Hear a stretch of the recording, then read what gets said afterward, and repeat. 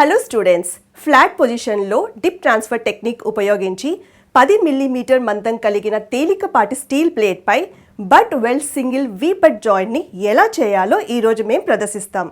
ఈ వీడియో యొక్క లక్ష్యాలు: బెవెల్లింగ్ మరియు రూట్ ఫేస్ కొరకు ప్లేట్ను సిద్ధం చేయడం, గ్యాస్ కటింగ్ మరియు గ్రైండింగ్ని ఉపయోగించి అవసరమైన రూట్ గ్యాప్ మరియు టెక్ వెల్డ్తో సమాంతర ప్లేన్లలో ప్లేట్ను ముందస్తుగా సెట్ చేయడం, వెల్డింగ్ మెషిన్పై వెల్డింగ్ పారామీటర్లను రూట్ 2వ మరియు 3వ పాస్ల కొరకు సెట్ చేయడం ద్వారా రూట్ చొచ్చుకుపోవడం మరియు జాయింట్ యొక్క 2 రూట్ల దశల యొక్క ఏకరీతి కరగడం ద్వారా నిక్షిప్తం చేయడం.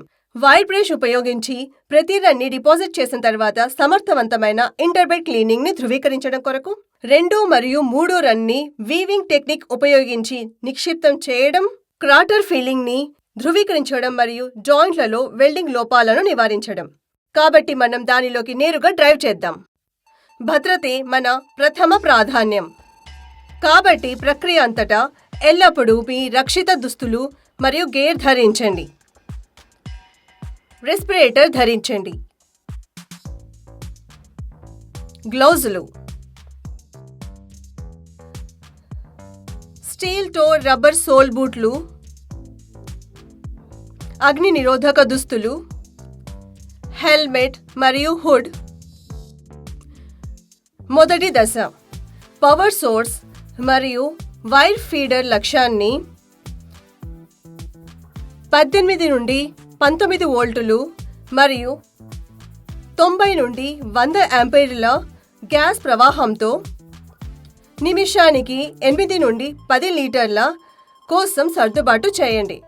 ఈ సెట్టింగులు మృదువైన మరియు నియంత్రిత వెల్డింగ్ కొరకు సరైన సమతుల్యతను అందిస్తాయి.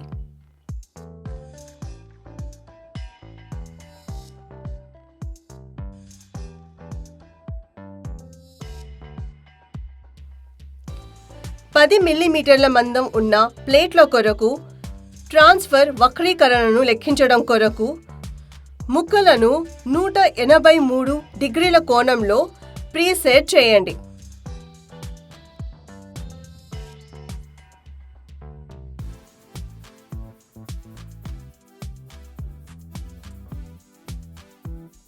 ఇప్పుడు జత చేయాల్సిన ముక్కలను బాగా శుభ్రం చేద్దాం.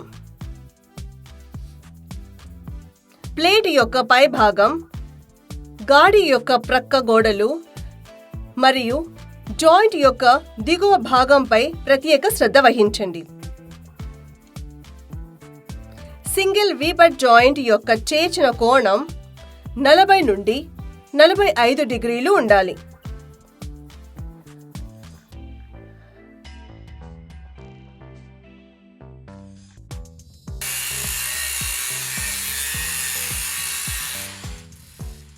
అదనంగా చూపించిన విధంగా ప్రతి అంచుపై 1.5 మిల్లీమీటర్ల రూట్ ఫేస్ ని గ్రైండ్ చేయండి లేదా ఫైల్ చేయండి.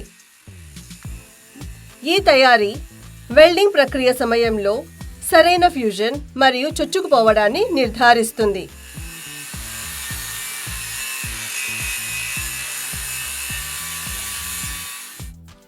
రెండు మిల్లీమీటర్ల రూట్ గ్యాప్ ఉండేలా చూసుకోవడం కొరకు 2 ముక్కలను వేరు చేయండి. తరువాత ముక్కలను ఒకదానికొకటి ప్యాక్ చేయండి మరియు వాటిని చూపించిన విధంగా పొజిషన్ చేయండి.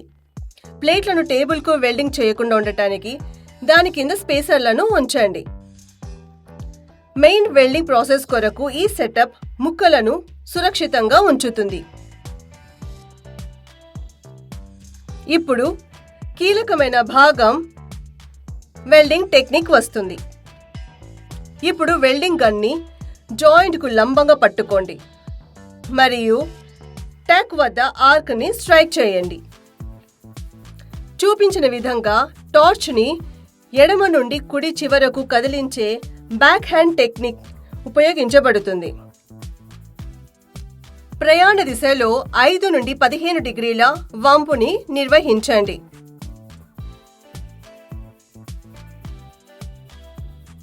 పూర్తి జాయింట్ కొరకు చూపించబడ్డ బీట్ సీక్వెన్స్ ని అనుసరించండి. వెల్డ్ ఫ్యూజులను గ్రూవ్ యొక్క సైడ్ వాల్ను మరియు మునుపటి బీడ్లతో ధృవీకరించడానికి కొద్దిగా నేత కదలికను ఉపయోగించండి. రెండవ పాస్ రన్ సమయంలో లోహేతర చేరికలను నివారించడానికి కార్బన్ స్టీల్ వైర్ బ్రష్ ద్వారా రూట్ రన్ను శుభ్రం చేయడం చాలా ముఖ్యం.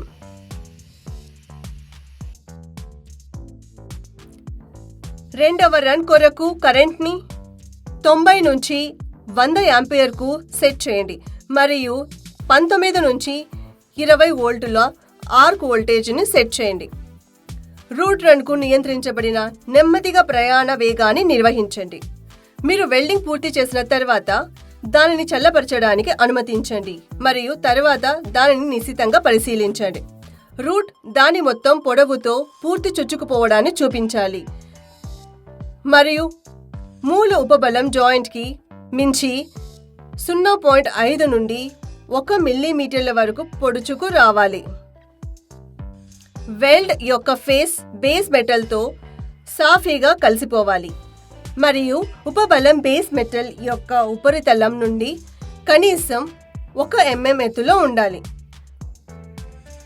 1.5 మిల్లీమీటర్ల మించకుండా. మనం త్వరగా సంక్షిప్తీకరించుకుందాం.